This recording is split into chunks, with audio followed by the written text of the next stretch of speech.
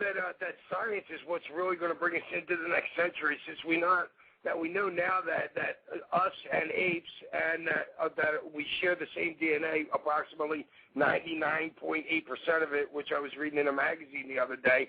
Science is going to figure out sooner or later that, hey, there really wasn't any divine intervention here. It was just evolution, and that's all there is to it. There wasn't no Garden of Eden, Adam and Eve, as you said.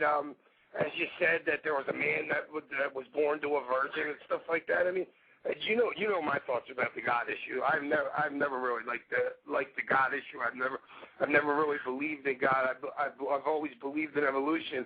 But like you said, people really got to get their heads out of their ass. And instead of looking for divine intervention, maybe we need to look inside ourselves a little bit more. Yeah, and you know, I'm definitely. Hold on, you guys. I mean, I disagree with the both of you on the God thing. It may not be to the same dogma that, you know, with the Virgin Mary and all, but there's definitely a higher power out there. Yeah, which I don't deny. You know, as far as the divine intervention, I'm with you on that, Officer X. You know, you and I both are very much in tune with our guidance. To me, God is just that unknown, that higher power that created me, that has a plan, and I have a great relationship with the divine energy. It leads me through coincidences all day. So yeah, I mean, I don't. But I will say this: I don't know that the stories in the Bible happened. Maybe they did, maybe they didn't. That's all I know for sure. Anybody that tells you for sure that they know, they just want comfort because they're afraid of the unknown. People that are like, well, I know I've got Jesus in my heart. I know that he died for my sins and that he came back. Okay, but you only know that because people told you that, because it was written in a book by man, a book that has been changed many times over the centuries. The stories have changed. There's things left out, like the first woman before Eve, Lilith, is completely left out, you know, and it's and being a studier of Greek mythology like I am, I found so many stories that sound just like Bible stories, or at least just as believable. It was the victors whose stories made it ahead, you know. I mean, had somebody besides the Christians prevailed, we totally would have a different belief system. But, you know, that's all, you know, as free thinking as I am, I'll give it a maybe. Anybody that tells you they know for sure what happens to them when they die, bullshit. Bullshit. None of us know exactly what happens to us when we die. And I don't care what they tell you when you get in your big gatherings on Sundays, they still don't know. And the priests to me are just professors of the book. It's just like going to learn Spanish class and going to a teacher, you know, to help teach you Spanish class. That's what they are. Do I think that they're closer to God than me? No, not at all. And I think that my life is proof of it. Everything good that's in my life, everything that I set out to do that I do, and the little signals and signs that I get every single day is evidence enough of me. My relationship with the higher power, I think, is right on where it's supposed to be, and I encourage other people to learn how to build their own personal relationship too. A lot of people like to gather together, and then you know, they're all for the same cause, and then individually they say, well, it's not so much about the particulars. Well, wait a minute, but you were just getting told the particulars. You just wasted 2 hours of your life singing song because apparently God likes you to sing music, and you learned about these stories about, you know, how Peter and Paul and Zagnuts, and they did all this, and it's all, you know, I mean, it's all stories. And I understand that it's all for the vibe. You go there to get a good feeling, to get good vibrations, and to leave happy, but that's a far cry from saying, okay, this man parted the Red Sea and walked across it. That's a story. I think a lot of it, though, a lot of that stuff is just teaching aids. And, you know, everything was very simplistic at the time, and not many people could write. And a lot of the Bible is rules to keep people in line. Yeah, everybody, even my dad says, well, you know, there's a lot of good knowledge there that can be used in life. Okay, I don't doubt that, but there's also a lot of stuff in there. If you want good energy, as we all know, right, the Celestine prophecies on them, it's a golden rule. Treat others the way you want to be treated, and you'll get great energy most of the time. Well, there you go. And obviously we're getting off track here, but I will add that I don't live in guilt, and I don't think that I should live feeling like I'm basically a bad person, a sinner that falls short of expectations. and then I need to try to make up for that and be forgiven for who I am. That I don't believe. I think life is beautiful. I think I'm doing it like I'm supposed to, trying to get the most out of it, and that's a personal belief, you know, and part of that is God's gift, the marijuana plant.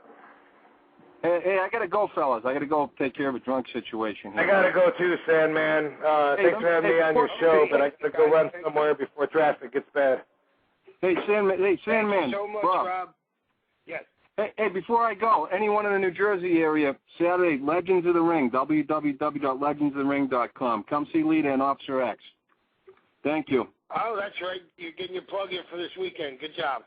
Hey, Sandman, I'll talk to you sometime soon. Take care. See you, Rob. Later, Officer. Bye. All right, Pete. See you. Rob, thank you so much. Anything you want to plug before you leave? No, just, I plugged that CannabisCulture.com article. I'll just tell you again. It's called Wheaties, Breakfast of Champions. That's my article at CannabisCulture.com. Very relative to what we're talking about today, and you can always keep up with me on a number of my my outlets, RVD Radio, RVD TV, my blogs. Go to robvandam.com, and basically you can use that as a hub to get anywhere else to reach me in the universe. So good luck with the show. Had a good time. Hopefully a lot of people listened to it, and we hopefully made a difference in people's thoughts. Mr. Van Dam, I just wanted to say that I've never met you and that this is like a big, awesome pleasure of mine. I learned a lot. Thank you so much. I'm living in North Carolina now. We've got some mutual friends. I signed a 420 belt down in Myrtle Beach, South Carolina. I know that belt. I know that belt. Yeah, it's a timber, and you and myself were on that belt. So I just want to say that the belt is still intact. Right on. Well, nice to meet you, too. This is part of why I left WWE was because I wanted to use my brain. I could not figure out how to work for them and use my brain at the same time.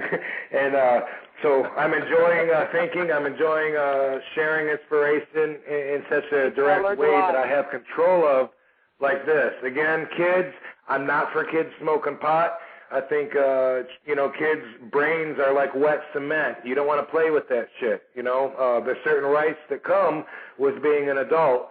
I can say from experience, I made some good decisions, growing up, I had a good life. A lot of people don't have the life I had, but they're also not going to have a good life in the future unless they make the right decisions.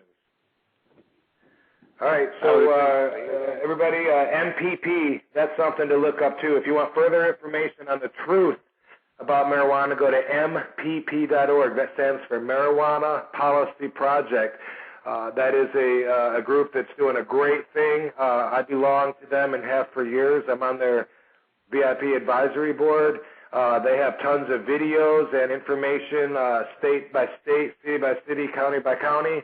It'll keep you up with all the changes, all the information that is true about marijuana today, 2009. So that's MPP.org. This is Rob Van Dam saying so long, see you later, bye. Wow, my head's still spinning. I don't know about you guys. Amazing. It's been a while since me and Rob have had a discussion like that. When we were on the road, he's the one that really educated me. Anything that you hear me talk about marijuana, except the actual effects of like smoking it, I've gotten my stats from the minister. I just dubbed him the minister of marijuana, by the way. So, Rob Van Dam, if you want to know about pot, that's the guy to talk to. Yeah, wow. Very fitting. That was mind-blowing. Yeah, and hopefully, and you know what? And Rob's such a good guy, and if anybody was wondering about like the vibrations that he's talking about, if you go to a book, like I'm going to start in the next couple of weeks, I'm compiling a list of books.